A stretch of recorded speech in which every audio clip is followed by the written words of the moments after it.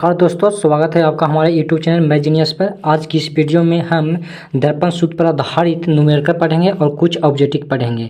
ठीक है, तो चलिए बिना समय बर्बाद किए वीडियो को शुरू करते हैं। तो दर्पण सूत्र पर आधारित प्रश्न क्या है। पहला क्वेश्चन है कि एक अवतल दर्पण की फोकस दूरी 10 सेंटीमीटर है और वस्तु के दर्पण से 30 सेंटी दूर पर रखा गई है, तो बताइए कि प्रतिबिंब की दूरी ज्ञात कीजिए। तो बताइए, हम बताए थे कि अवतल दर्पण में जो होता है फोकस दूरी, अवतल दर्पण जो फोकस दूरी होता है माइनस होता है, और उत्तल दर्पण में क्या होता है, उत्तल दर्पण फोकस दूरी क्या होता है, प्लस होता है। क्या होता है, ये अवतल में होता है क्या होता है, ये अवतल में होता है माइनस होता है फोकस दूरी, और उत्तल दर्पण में क्या होता है, पॉजिटिव होता है। अब वस्तु दूरी दोनों में माइनस होता है, दोनों में क्या होता है, माइनस होता है भाई। वस्तु दूरी समझ में आया। जिसको इस समझ में ना आया हो तो इसके पिछले वाला वीडियो देख लेना, ठीक है। तो देखिए, तो दर्पण की फोकस दूरी क्या है, 10 सेंटीमीटर। एफ क्या है, 10 सेंटीमीटर लिख दिए, और यू वस्तु दूरी कितना है, 30 सेंटीमीटर। तो 30 सेंटीमीटर वस्तु दूरी क्या होता है, माइनस होता था, माइनस चिन्ह परिपाटी के अनुसार होता है। जो पिछले वीडियो नहीं देखा वो पिछले वीडियो देख लेना, क्योंकि नहीं समझ में आएगा फिर, क्योंकि फिर कहेंगे कि माइनस कहाँ से आया। भाई जो माइनस लगता है, माइनस जो लगता है अवतल दर्पण की फोकस दूरी माइनस लगता है, अब वस्तु दूरी उत्तल दर्पण या अवतल दर्पण माइनस लगता है। ठीक है, दर्पण सूत्र क्या होता है, 1/a बराबर 1/b जोड़ 1/u। ठीक है, तो देखिए क्या है, तो देखिए तो 1/a, तो a का मान कितना है, -10, तो -10 हो गया बराबर 1/b जोड़ 1/u, तो u का वैल्यू कितना है, तो -30, तो -30 लिख दिए। ठीक है, -30 लिख दिए। देखिए, तब -1/10, 1/b हमको भी निकालना है। अब प्लस से माइनस क्या होता है, माइनस, यानी प्लस माइनस क्या होता है, माइनस होता है, क्या होता है, माइनस, तो इसलिए माइनस लिखा गया। ठीक है, 1/30, तो 1/b यानी भी को इधर लाएंगे, और -1/30 जो है ना इसको बराबर की पट लेके आया, तो क्या होगा, प्लस में होगा। तो 1/b बराबर क्या हो जाएगा, -1/10 जो 1/30, 1/b बराबर क्या होता है, एलसीएम लेंगे 30 होगा, एक क्या हो जाएगा, 2 हो जाएगा, एलसीएम लेंगे तो हमारे 2/3 हो गया। तो भी क्या होगा, भी जगह ऊपरे 30 जगह ऊपरे, तो कितना हो जाएगा, 30 से 15 हो जाता है। भी माइनस कितना, 15 सेंटीमीटर, याद रखना। ठीक है, तो कितना हो गया, प्रतिबिंब कितना, -15 सेंटीमीटर। ठीक है, चलिए एक आवर्धन वाला न्यूमेरिकल देख लेते हैं। तो आवर्धन बराबर क्या होता है कि प्रतिबिंब की ऊंचाई बटा वस्तु की ऊंचाई के अनुपात आवर्धन करते हैं। ठीक है, तो इस पर आधारित एक प्रश्न देख लेते हैं कि किसी दर्पण में वस्तु की ऊंचाई जो है 5 सेंटीमीटर है और प्रतिबिंब की ऊंचाई जो है 10 सेंटीमीटर है, तो आवर्धन क्या सकते हैं। तो आवर्धन क्या होता है कि प्रतिबिंब की ऊंचाई बटा वस्तु की ऊंचाई, तो प्रतिबिंब की ऊंचाई कितना है, 10 है, ये कितना है, प्रतिबिंब की ऊंचाई कितना है, 10 है, तो 10 दे दिए, और वस्तु की ऊंचाई कितना है, 5 है, तो कितना, 5 में 2 से भागा मारिए तो कितना आएगा, 2 आएगा, तो 2 सेंटीमीटर। समझ में आ गया, 2। तो निष्कर्ष क्या निकाला कि एम बराबर जो है 2 प्रतिबिंब वस्तु से दोगुना बड़ा होता है। ठीक है, अगर नहीं समझ में आएगा तो पिछला वीडियो जरूर देख के आना, क्योंकि न्यूमेरिकल बहुत आसान है, जो चिन्ह परिपाटी जिसको याद है न्यूमेरिकल में कोई दिक्कत नहीं होगा। तो चलते हैं आगे।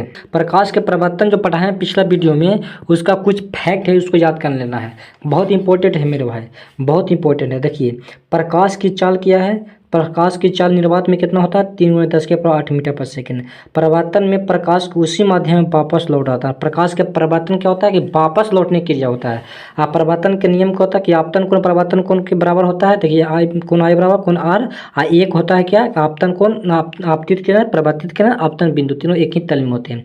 गोलीय दर्पण याद रखना, R बराबर 2F, यहाँ से ए बराबर निकल जाएगा, ए बराबर क्या हो जाएगा, R/2 हो जाएगा। ठीक है, दर्पण सूत्र याद रखना कि 1/F बराबर 1/b जो 1/u, डायरेक्ट ही क्वेश्चन पूछता है भाई ऑब्जेक्टिव में। ठीक है, आवर्धन क्या होता है, प्रतिबिंब की ऊंचाई बटा वस्तु की ऊंचाई के अनुपात हो। ठीक है, एक नजर में दर्पण देखिए, एक दर्पण में क्या होता है कि समतल दर्पण होता है, एक अवतल दर्पण होता है, और एक उत्तल दर्पण होता है। ठीक है, तो समतल दर्पण ना तो फोकस जो होता है क्या, इन्फिनाइट होता है, यानी अनंत होता है, तो ना तो धनात्मक होता है और ना ऋणात्मक होता है। ठीक है, अवतल दर्पण में फोकस क्या होता है, ऋणात्मक होता है, उत्तल दर्पण में फोकस क्या होता है, धनात्मक होता है। ये न्यूमेरिकल में काम किया था। ठीक है, तो देख लेना, आगे चलते हैं ऑब्जेक्टिव पर।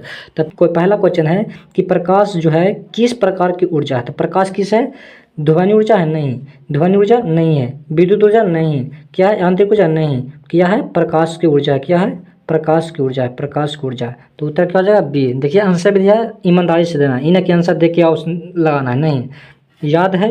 निर्वात में प्रकाश की जो चाल होता है कितना होता है, 3 × 10⁸ मीटर पर सेकंड। ऑप्शन नंबर कौन होगा, सी हो जाएगा। ठीक है, सी हो जाएगा, देखिए ऑप्शन नंबर सी हो जाएगा। ठीक है, तीसरा क्वेश्चन है, देखिए तीसरा क्वेश्चन है, प्रकाश की किरण चमकीली सतह से टकराकर उसी माध्यम में वापस लौटती है, यह घटना कहलाती है प्रकाश का परावर्तन। क्या कहते हैं? प्रकाश का परावर्तन। ऑप्शन में क्या हो जाएगा? बी हो जाएगा। परावर्तन के नियम के अनुसार क्या होता है? कोण आई बराबर कोण आर होता है। ऑप्शन में क्या हो जाएगा? सी हो जाएगा। ठीक है, ऑप्शन में क्या हो जाएगा? सी हो जाएगा, सी।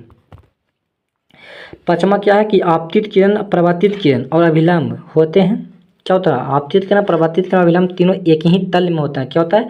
एक ही तल में। तो ऑप्शन में क्या हो जाएगा? बी हो जाएगा। ठीक है, छठा देख लेते हैं। छठा क्वेश्चन है कि आपतित किरण और अभिलंब के बीच का कोण को कहते हैं क्या? आपतित किरण, देखिए आपतित किरण, अभिलंब, तो आपतित किरण और अभिलंब के बीच क्या होता है? आपतन कोण। आ से आपतित, आ से आपतन कोण बताए थे। ठीक है, ऑप्शन में बी हो जाएगा। परावर्तित किरण और अभिलंब के बीच, परावर्तित किरण और अभिलंब के बीच का कोण क्या आता है? तो पा से परावर्तन, पा से परावर्तन, तो क्या ठीक बताए थे, तो परावर्तन हो गया। ठीक है, आठवां क्वेश्चन देख लेते हैं। आठवां है कि अवतल दर्पण की परावर्तक सतह होती है, क्या होता है बताइए? अंदर की ओर मुड़ी हुई होती है। ऑप्शन नंबर क्या हो जाएगा? बी हो जाएगा। ठीक है, नौवां क्वेश्चन क्या है कि उत्तल दर्पण की परावर्तक सतह क्या होता है? उत्तल दर्पण क्या होता है? बाहर की ओर, क्या होता है? बाहर की ओर उभरी होती है उत्तल दर्पण, बताए थे। ठीक है, कि गोलीय दर्पण की ध्रुव को किस अक्षर से प्रदर्शित करता है? तो ध्रुव को क्या से? पोल से कहते हैं, यानी इंग्लिश पोल। तो ऑप्शन नंबर क्या हो जाएगा? सी हो जाएगा।